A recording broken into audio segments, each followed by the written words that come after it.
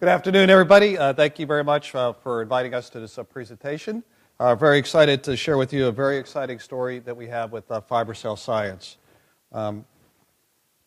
Essentially what we have is something I think that's very unique in the industry. First of all, what we're focused on is the autologous fibroblast cell. So as you can see, by this focus on the autologous fibroblast cell, we're focused on personalized medicine. We have our first BLA approved, which is a big advantage for us.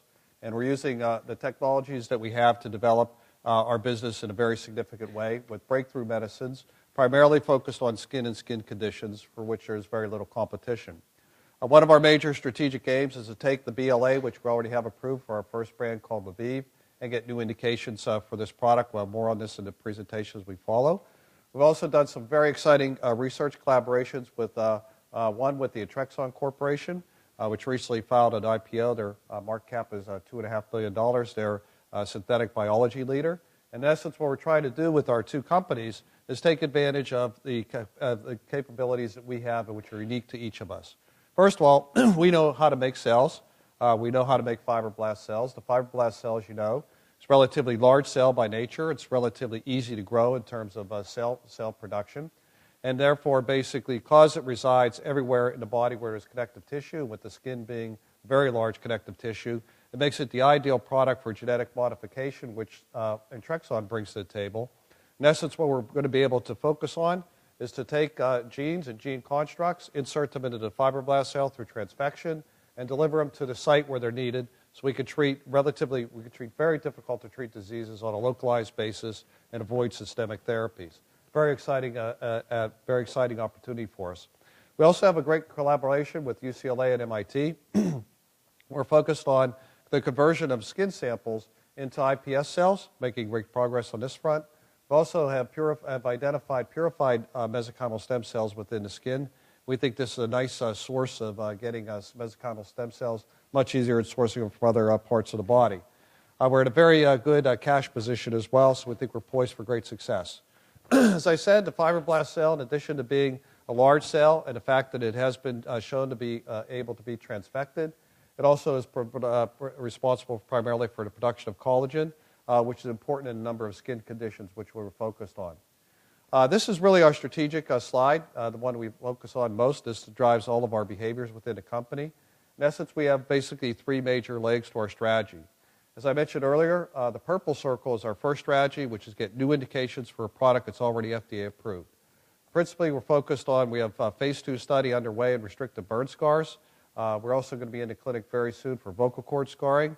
Vocal cord scar is the only one that's sort of not skin related, but the vocal cord, as you know, is loaded with fibroblast, and this is a very unique indication for us, where I have completed a phase 2 study in acne scars. The phase 2 studies, which are underway, or will be underway very soon, will be read out in the second half of next year, two major milestones. The two green circles relate to our genetic modification strategies and our very important collaboration with the Atrexon Corporation. We're focused on orphan skin diseases as well as a much larger market in psoriasis, and are making very good progress across our preclinical programs. We expect to be in a position to do proof of concept and file INDs within the next 12 to 15 months for a number of products. The UCLA and MIT, we're doing a lot of great work to expand our IP portfolio around iPS cells converted from the skin and also mesenchymal stem cells from the skin. A lot of deliverables coming up for our company. While we're a small company, we have a very, very robust product pipeline, and we also have many, many milestones coming up.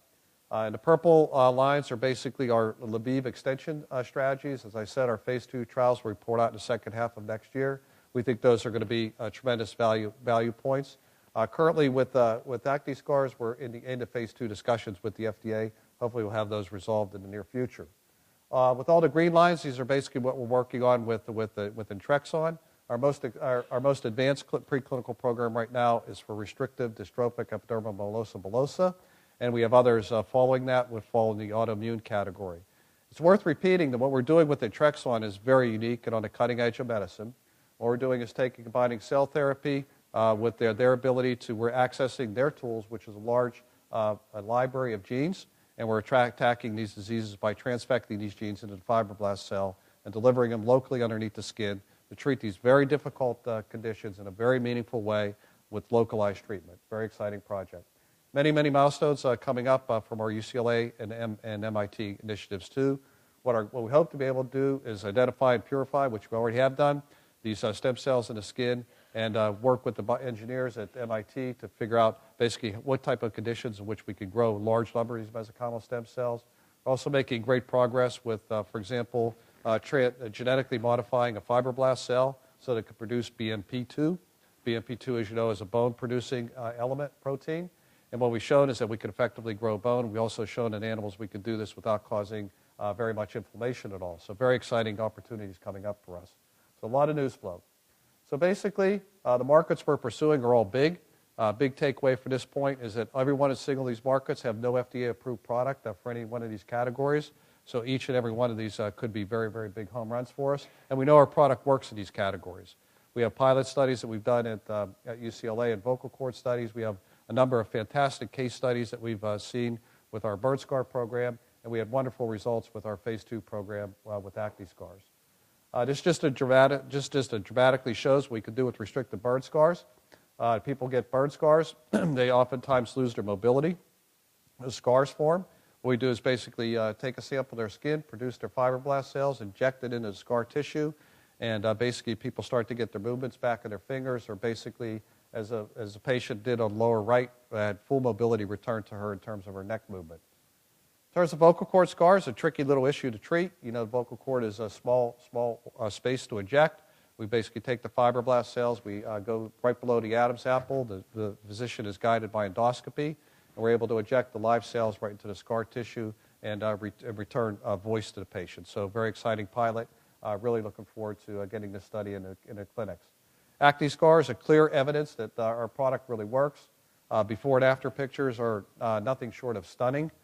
Basically, what we're able to do is form the collagen matrix underneath these depressed scars and basically help to raise the level of the skin up to the other areas of the skin. Fantastic improvement in the scars of these patients. In terms of Trexon, again, what we're doing is, I think, is very unique, basically creating a personalized medicine by using what we have and combining them with Ultravector, which is their library of genes, and also with RioSwitch, which has the ability to control the up and down regulation of the protein from the gene. This is particularly important for autoimmune targets. We think that gives us a major safety advantage. So in essence, what we're doing is using autologous therapy, which we believe for chronic treatments is definitely the way to go. We're using the Fibroblast engine to help to provide a certain amount of sustained release control for the product. And we're also using non-integrated plasmids, which we think will be a nice feature, and we think will be looked upon favorably by the agencies if we have to go to RAC or if also with the FDA. Very, very large market opportunities. As you know, there's been a lot of excitement about orphan drug diseases. We're really excited from a compassionate point of view to hopefully be able to help these people relieve their pain and suffering. Also get a shorter, FDA route to approval, and you can get relatively high price tags for these products as well. So really excited about the 3 opportunities we're pursuing. Of course, the moderate to severe psoriasis market is gigantic, as we know, and we think we could create a multigenic approach that will try to attack the disease from multiple viewpoints and also treat that on a localized basis, avoiding the use of methotrexate and other drugs which could be dangerous.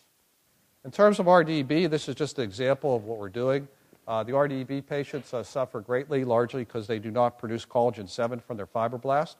The collagen 7 cell collagen 7 is the one that forms like a thread or a fibril that basically attaches the dermis to the epidermis. If you don't have it, you get big blisters.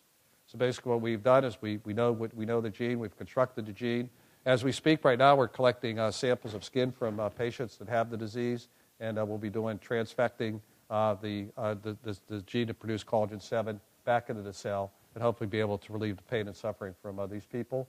This we expect to have done in by the end of the first quarter. We think it's going to be a major news announcement on behalf of our company. In terms of autoimmune diseases, we're focused largely on morphea, cutaneous eosinophilia, and potentially others.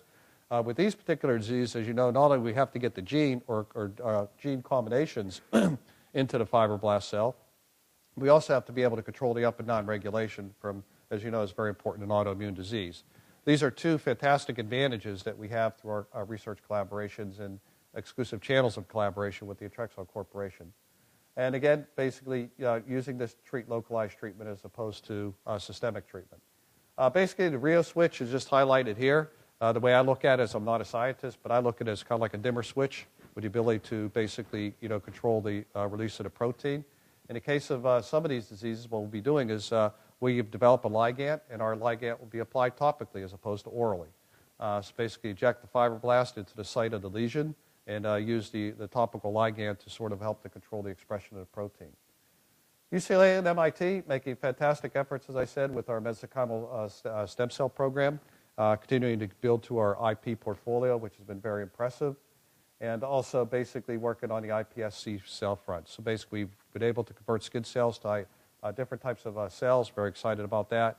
Also making a lot of progress with, as I said, a cellular approach to BMP2, which we hope will offer patients, basically a more effective way to get BMP2 to help to grow the bone post surgery. And we believe, hopefully, that our safety will hold up, and that basically with much less inflammation, which, as you know, in the case of cervical spine surgery, inflammation can be very problematic for the patients with other treatments they might be using right now. So basically, we think we have a better mousetrap here as well. In summary, we're a well-capitalized company. We focus totally on the fibroblast cell. For a small company, we have a lot of shots on goal to create a lot of value. Many, many milestones coming up over the next 12 to 24 months. Well-capitalized to get through all these major endpoints, and very excited. We recently got listed on New York Stock Exchange as well. We have we expand our punch and our capabilities through exciting research collaborations with the Atrexon Corporation and with our colleagues at UCLA and MIT. Thank you very much for listening, and look forward to talking to you. Bye-bye.